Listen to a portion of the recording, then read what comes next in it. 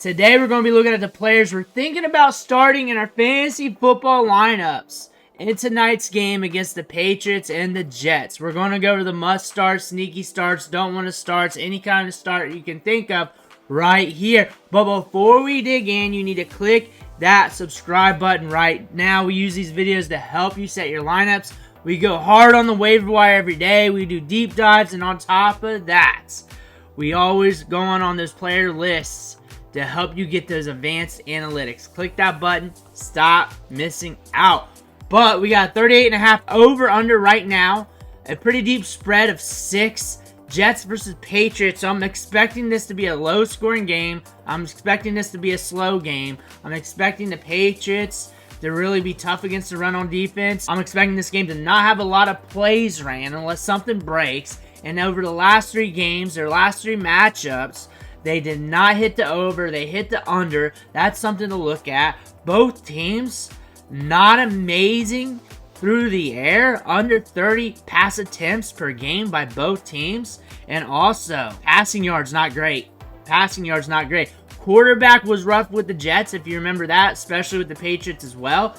But again, things are a little bit different. And looking at these teams, you're going to see maybe some fireworks if the game script breaks, but it might be a little slow and nasty. Breece Hall is going up against a team here that's slowing down running backs. They're allowing less points than league average right now in PPR fantasy production to running backs, but Breece Hall is going to get work in the passing game. He showed up on the injury report a few days ago, but it looks like he's going to be playing. Monitor that. Maybe there's a small split in the workload, but Breece Hall, you're starting him because you got to start him. That doesn't mean he'll be 100% fantasy productive. That doesn't mean that. That doesn't mean he'll hit to his upside. But since he's Breece Hall, since he's a top-tier back, since he's in a matchup where you know he's going to be getting the ball, there's no matchup in this world where you're not starting him anyways. So you're going to start him. Braelon Allen, on the other hand, it doesn't matter matchup dependent unless it's a matchup where we're forecasting the Jets to blow out the other team. There's a chance that could happen in this matchup if turnovers break their way. But Braelon Allen is just a touchdown gamble. And when you ask Braelon Allen or this guy, who should I start? Usually with those realm of players, it's just a coin flip. And really, you're just hoping for the touchdown with that player. And I could tell you which one. I could give you my best guess or who I'd start. But honestly, I'm just flipping a coin for you. Honestly, that's what those odds are saying with those players.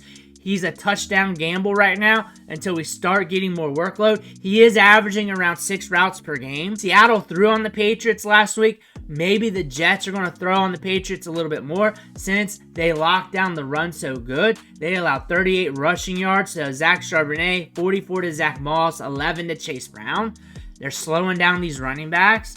If they're proven to slow down Breece Hall, maybe they just try and get these backs in space. They throw it a little bit more. Maybe they try that. I look for them to get extra targets in this matchup. And looking at the wide receivers, I'm looking at Garrett Wilson. In 2 games, both combined, 15.2 PPR fantasy points. Not great. They locked them down last year. Maybe that happens again. But last week, they allowed yards to Jack Smith-Njigba and DK Metcalf. Both those wide receivers went off because they were locking down the run game. And Seattle's like, hey, we got to go yellow in the passing game.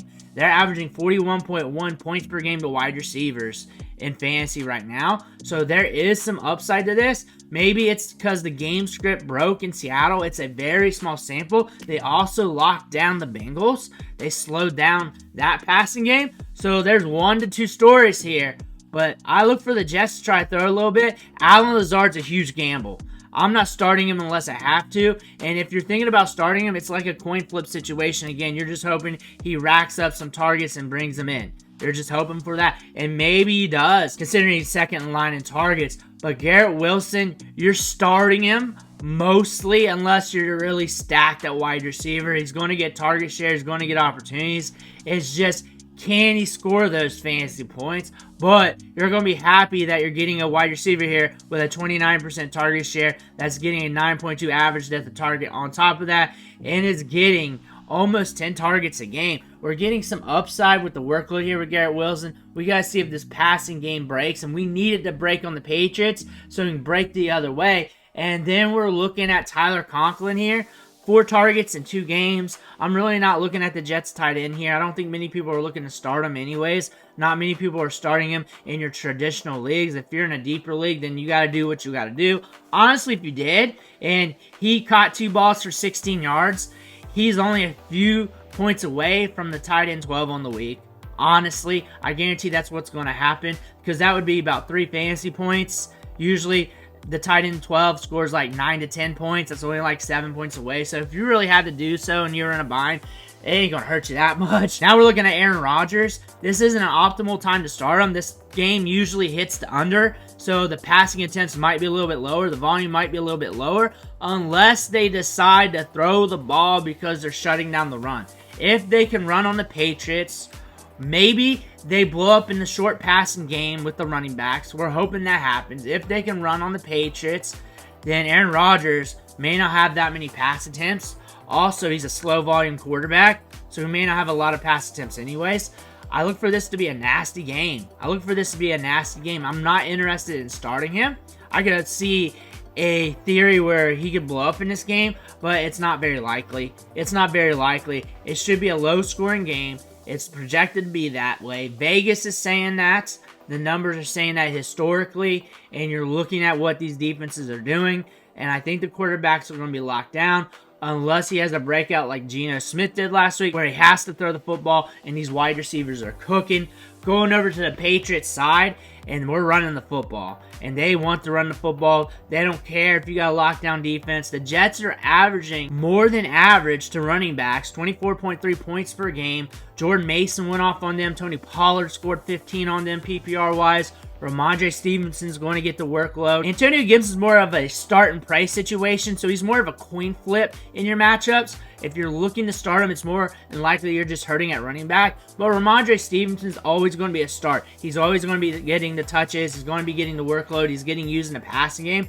You're starting him in this matchup, and you're starting him in 95% of the matchups that you have him in, unless you're really stacked at running back. And when it comes to the wide receivers, pick your poison, because they're all running about the same amount of routes. KJ Osborne's got the 17% target share, but that's not really exciting in this matchup. Jalen Polk scored a touchdown last week, so things might be shifting. And on top of that, there is some potential, but the Jets were also in some weird game scripts, and they're not really getting blown up by wide receivers either. Calvin Ridley scored 24.7 PPR fantasy points last week, but he gets consistent deep targets. We also need volume in this passing game for the Patriots, which we haven't really been seeing. They got to get pushed for that. If you're starting any of these Patriots wide receivers, it's because you're hurting and you don't have any other options, and you should have drafted better at wide receiver. That being said, if I had to pick one, I would shoot for the upside with Jalen Polk, but honestly, that's not a must start. That's just a sneaky start from this matchup. Hunter Henry might be the safest bet in the passing game for the Patriots. 15 targets in 2 games,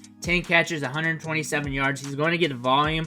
However, the Jets are pretty good against the tight end, but honestly, you may look at him more of a receiver in the volume in this matchup, so they might be looking to get him the ball over the middle. They might be trying to wheel it out to him, and he might rack up targets and catches. Again, if he misses on you, he's probably not going to score much less than like the tight end 12 on the week, and if they're going to get it done through the air, it might start off with Hunter Henry. They might game plan with that, and again, Jacoby Brissett's going to throw it where he likes to throw the ball, and it looks like he likes throwing it to Hunter Henry. He's running a lot of routes. He's getting a lot of opportunities. He's got a 32% target share, which is very elite for wide receivers, let alone tight ends. So the volume's going to be there. The matchup's not great for a tight end, but in the passing game, the matchup might be there. If the Patriots decide to throw the football with good volume this week, they might pound it out, which they probably are with Rhamondre Stevenson. That's been the trend. They've used both running backs last week, which I could definitely see that happening. Rhamondre Stevenson's probably one of the safest starts. I look at Breece Hall being a very safe start. I look at Garrett Wilson being a moderate start, kind of risky, but you kind of got to do it anyway. I don't like the quarterbacks this week. I don't like Jacoby Brissett. I'm definitely not starting him unless I absolutely have to. Maybe if I'm in 2QB or something. Hunter Henry's a tight end that I'm definitely looking at, especially if I don't have one of the top tight ends. When it comes to Patriot wide receivers, I'm leery on them, but most of you are not starting them anyways. Let me know what you think in the comments below. Make sure to hit that subscribe button on the way out. One thing for watching. Catch you on the next video.